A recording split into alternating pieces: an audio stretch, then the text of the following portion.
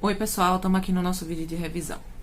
Como nós falamos nessa unidade sobre as produções colaborativas, a arte colaborativa, as produções coletivas, tá? Eu vou falar um pouquinho aqui, fazer um apanhado sobre tudo que a gente trabalhou até o momento. Prometo que eu não vou deixar o vídeo muito longo, tá? Primeira coisa que a gente precisa entender é que, normalmente, as pessoas não veem as artes visuais como uma manifestação artística colaborativa, né? As pessoas veem algo como algo muito individual. E a gente falou até disso no início do ano, né? Normalmente a arte, ela reflete mais o pensamento das pessoas que produzem a arte do que o pensamento coletivo. Porém, isso pode acontecer através da produção coletiva, onde todas as pessoas têm pensamentos. Geralmente a arte coletiva é uma arte mais crítica, né? Onde eles têm pensamentos em comum que podem ser...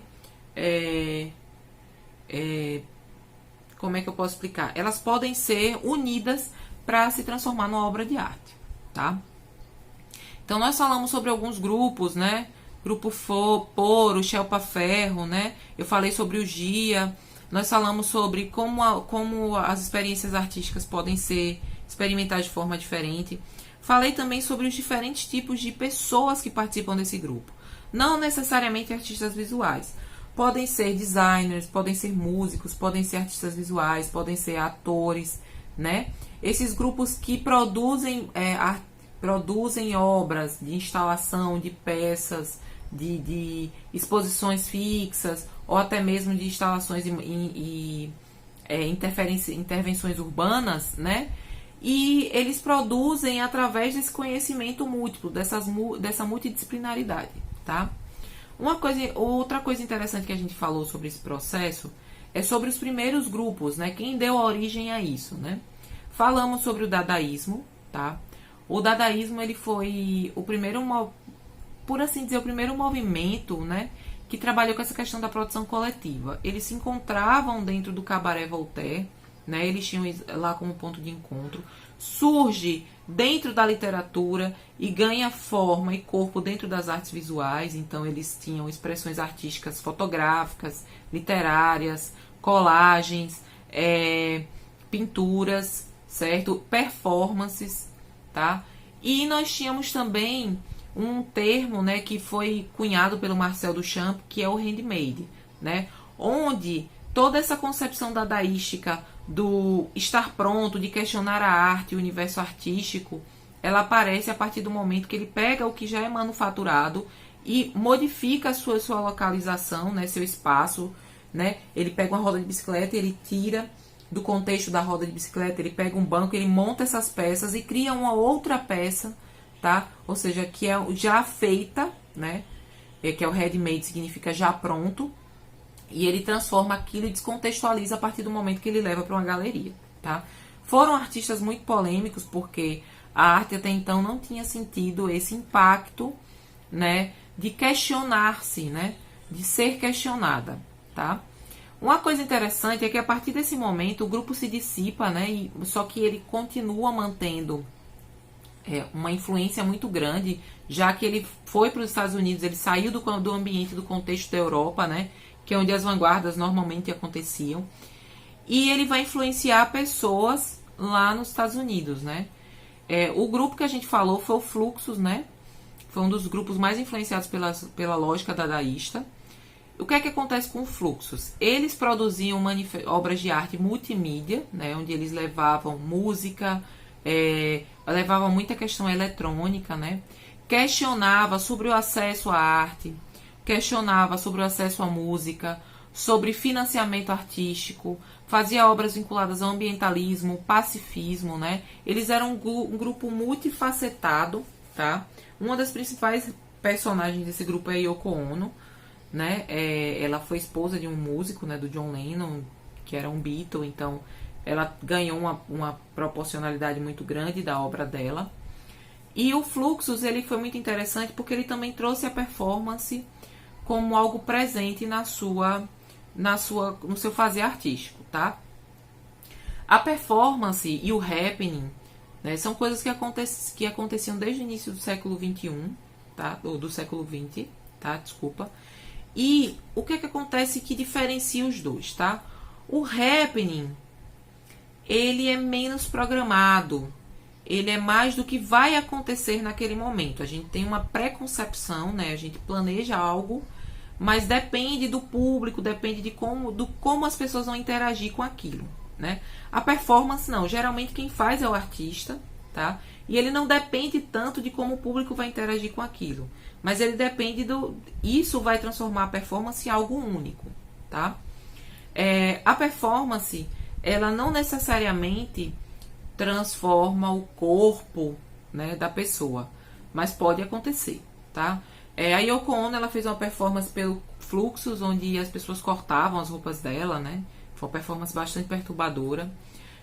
Nós temos o Yves Klein, onde ele utilizava modelos pintadas, onde elas interagiam, e depois ele transformava aquilo numa obra de arte na galeria, né?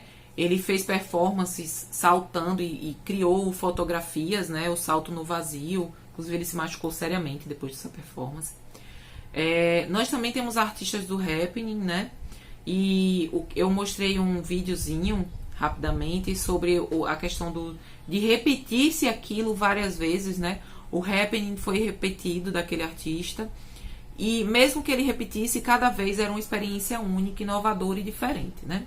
Eu não cheguei a falar, mas nós temos também a Marina Abramovic, que para mim é uma diva da arte, porque ela não só traz a sua história pessoal, né? Então ela tem toda essa questão pessoal íntima, mas ela também questiona o corpo, ela questiona o limite das pessoas e como as pessoas elas interagem com a arte.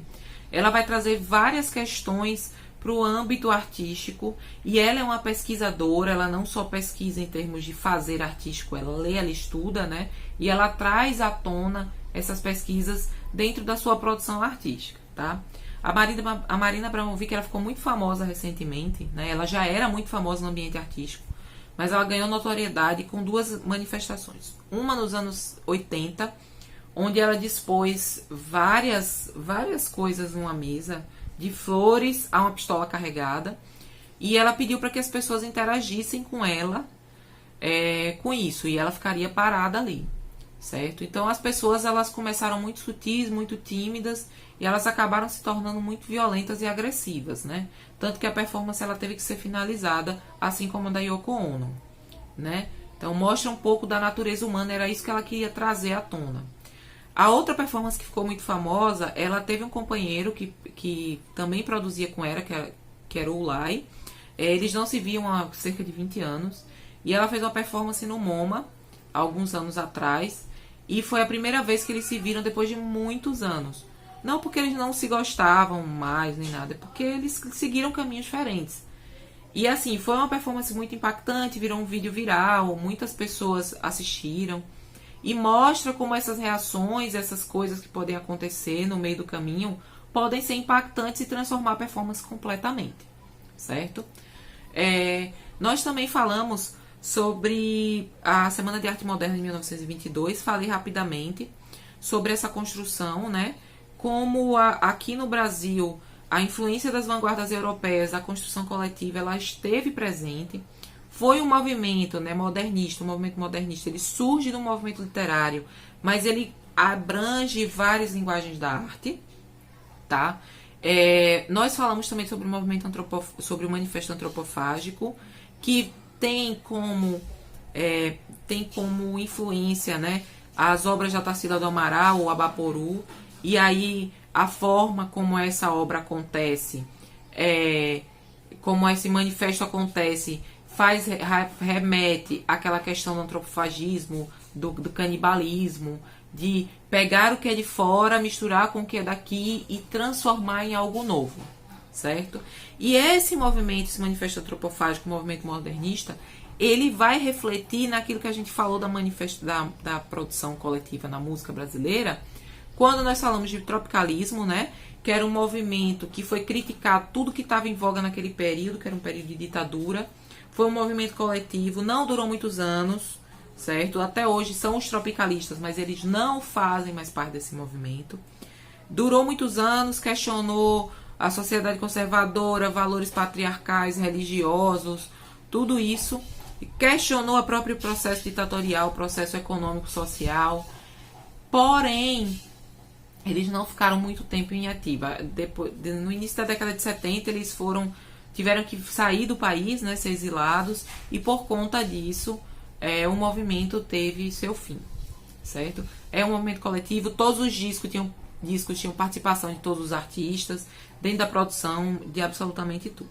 O outro movimento que nós falamos foi o movimento Mangue Beat, que tem como carro-chefe 2 grupos, né, que é o Nação Zumbi, Chico Sainz, Nação Zumbi e o Mundo Livre S.A., certo? Eles partiram da proposta de questionar o desenvolvimento desenfreado, né, o crescimento desenfreado da Grande Recife, falar sobre a destruição dos manguezais, né, questionar a sociedade que está se desenvolvendo de forma desordenada também, não só fisicamente, mas socialmente, de construção social, cultural, questionar ambientalmente.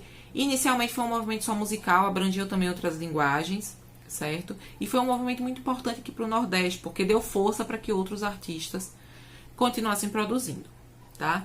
A gente fica por aqui, encerrou nossa revisãozinha, certo? Qualquer dúvida me procura que eu explico mais alguma coisa, tá bom? Até a próxima semana. Tchau, tchau.